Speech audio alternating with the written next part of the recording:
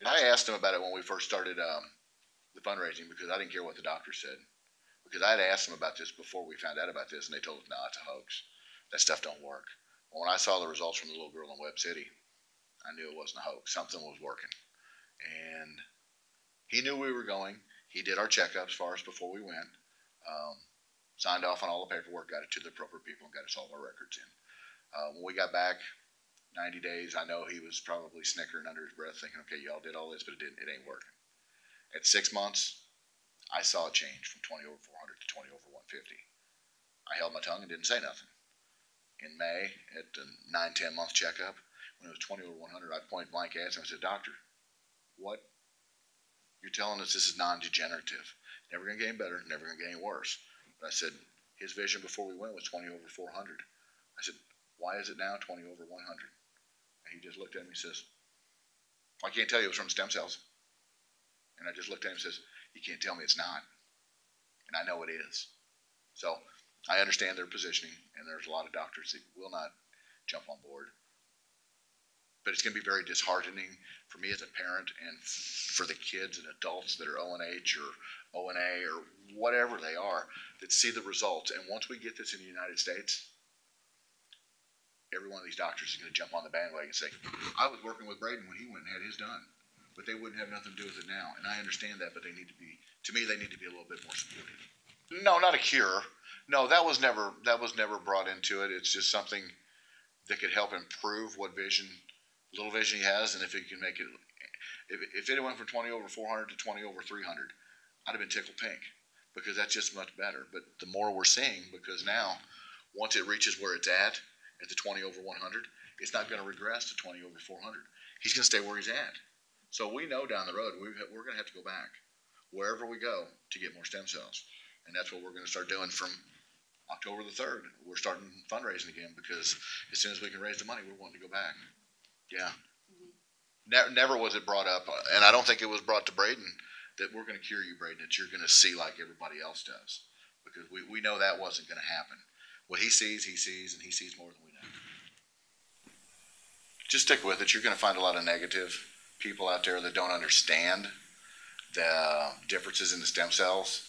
A lot of people, when you say stem cells, automatically think of embryonic. This is not embryonic, this is the umbilical.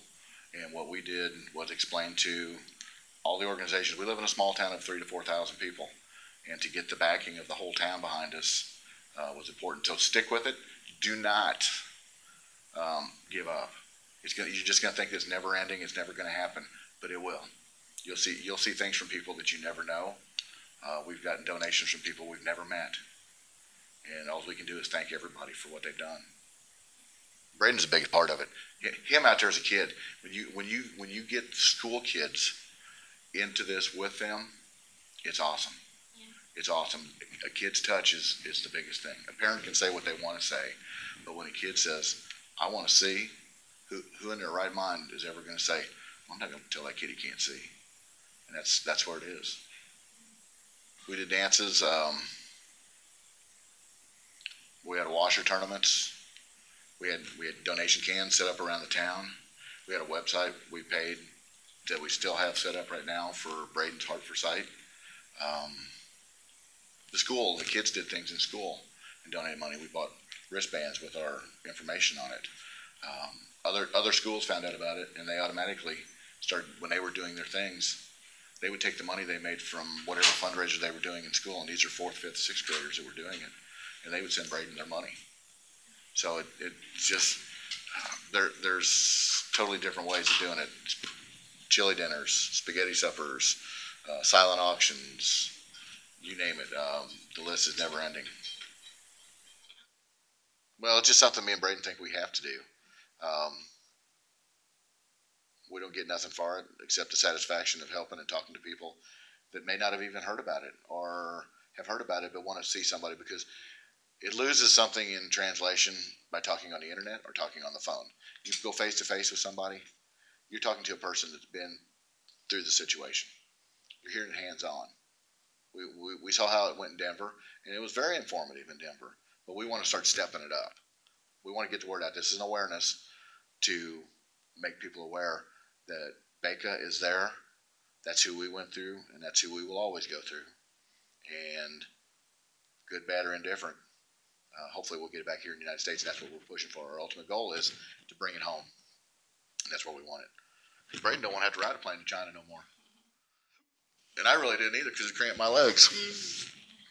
Communicate, communicate, communicate, communicate. And that's why we have, and also we have the internet sites, the ONH SOD sites. For parents that have questions, come in and ask us these questions. Anybody can go read on the internet a website that somebody's put out that this is no good, don't do it. But until you've been there, you don't know. And that's what we're seeing we're getting a lot of advice from people that haven't been, they've been reading. And that's where they get their negative side.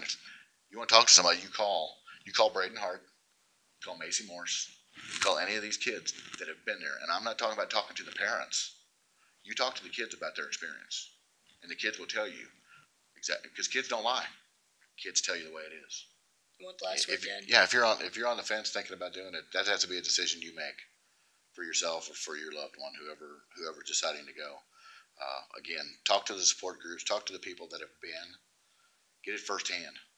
Talk to the company that's doing this. I know they're trying to find facilities closer, but to be realistic, China isn't that far out of the realm as far as their standards aren't up to what we're used to here in the States. But just research the company you're going through. Talk to people that have been to the facility, and then make up your own mind. Don't let somebody steer you in a direction that you don't want to go, because I've talked to people that just isn't far. And we're going to have some people here tomorrow that were there and stayed for one, and we're back home.